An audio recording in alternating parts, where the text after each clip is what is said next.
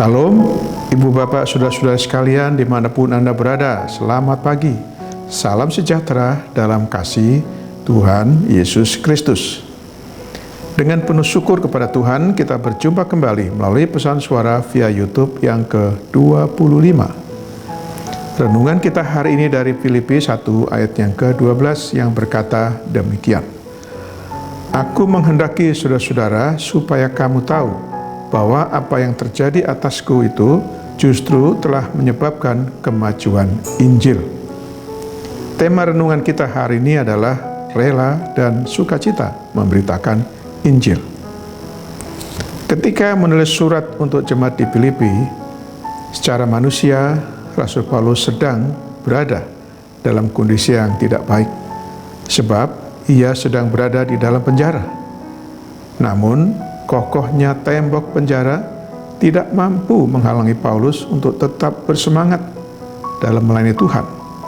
Kokohnya tembok penjara tak mampu menyurutkan semangatnya untuk memberitakan Injil menjangkau orang-orang yang belum diselamatkan. Kokohnya tembok penjara tak mampu merampas sukacitanya, karena di dalam penjara sekalipun Paulus senantiasa bersukacita dan sanggup menguatkan iman jemaat-jemaat Tuhan melalui surat-surat yang ia tulis. Semua orang tahu bahwa penjara adalah tempat bagi para pesakitan, bagi mereka yang telah melanggar hukum, atau bagi mereka yang melakukan tindak kejahatan.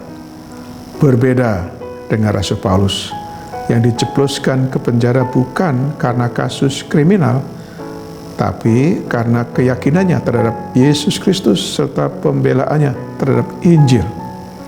Di balik pemenjaraan Paulus ini ada dampak rohani yang luar biasa. Umat Tuhan bukan semakin lemah dalam melayani pekerjaan Tuhan, namun mereka semakin berani memberitakan Injil.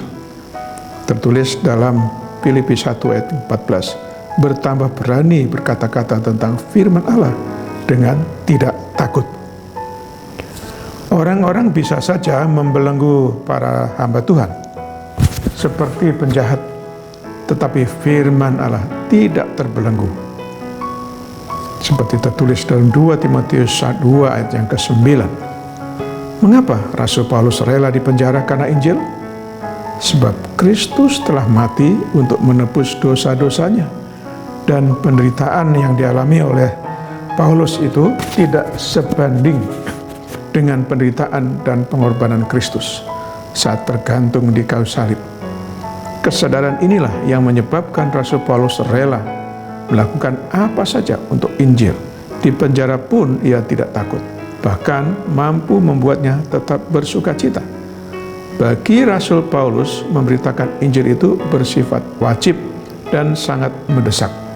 Bahkan ia merasa sangat berhutang bila tidak menjalankan tugas pemberitaan Injil.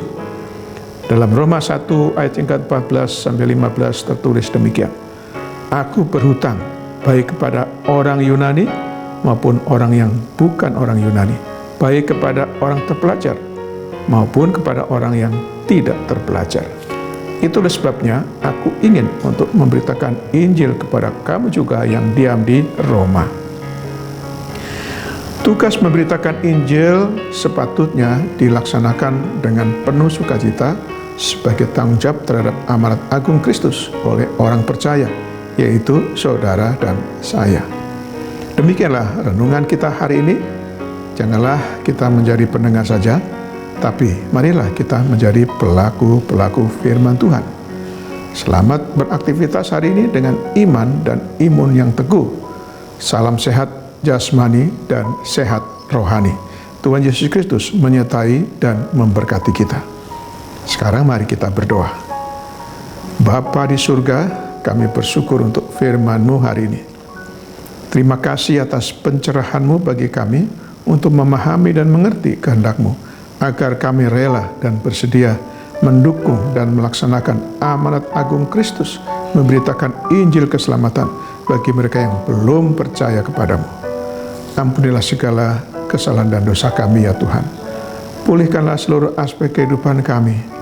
Tuntun dan bimbinglah kami selalu. Berkatilah seluruh aktivitas kami hari ini. dalam nama Tuhan Yesus Kristus yang telah mengajar kami berdoa. Bapa kami yang di surga, dikuduskanlah namamu. Datanglah kerajaan-Mu, jadilah kehendak-Mu di bumi seperti di sorga. Berikanlah kami pada hari ini makanan kami yang secukupnya. Dan ampunilah kami akan kesalahan kami, seperti kami juga mengampuni orang yang bersalah kepada kami. Dan janganlah membawa kami ke dalam pencobaan, tetapi lepaskanlah kami daripada yang jahat. Karena Engkaulah yang punya kerajaan, dan kuasa, dan kemuliaan, sampai selama-lamanya. Sekarang terimalah berkat dari Tuhan. Tuhan memberkati engkau dan melindungi engkau. Tuhan menyinari engkau dengan wajah-Nya dan memberi engkau kasih karunia. Tuhan menghadapkan wajah-Nya kepadamu dan memberi engkau damai sejahtera. Berkat anugerah dari Bapa Surgawi, cinta kasih karunia Tuhan Yesus Kristus, dalam persekutuan dan penghiburan dari Roh Kudus, menyertai kita semua dari saat ini sampai selama-lamanya. Amin. Sampai jumpa.